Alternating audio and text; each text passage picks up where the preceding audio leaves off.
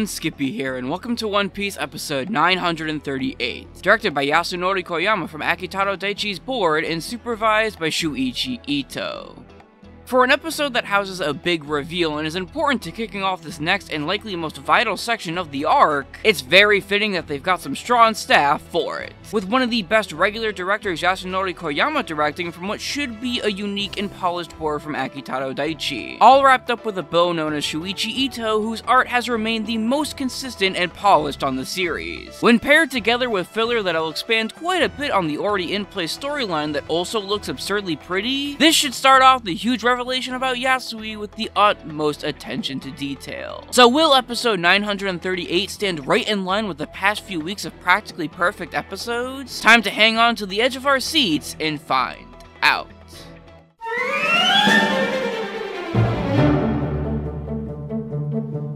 This episode covers the first 11 pages of chapter 941, barring some panels with Hold'em, and is basically extensions of the episode, finding every opportunity to give more context to the multiple different scenarios so the story doesn't feel claustrophobic. Adding in stuff like the leader of the Oniwa Banshu interrogating Yasu so we actually see him learn of his true identity, and Hold'em fighting Doji's gain and lighting the forest ablaze, which gives Doji more of a reason to believe that he burned down his hideout. It all makes up for the majority of the running time of the episode, and I honestly don't mind, as not only is it well done filler that feels in place, but it goes a long way in strengthening the base layer of content that Oda laid down in the first place. I know there may be some people who think it's unnecessary that Yasui is revealed to be the Witching Hour boy so early on, instead of letting the content speak for itself, but when the story itself reveals it so candidly through some dialogue with Zoro and Brook, I don't really mind all the extra build-up, especially when the reveal that I find to be the bigger one is only simply hinted at and not outright revealed in order to show why Orochi is freaking out so much about him. To me, it's all just yet another example of Anime Wano being able to really stretch its limbs to add in the much needed context that was lost in the manga, which is something that I find nothing but a positive due to how I feel like an anime adaptation of a manga should take every single chance that they get to make the original work even better, and the adaptation on display here is completely representative of that.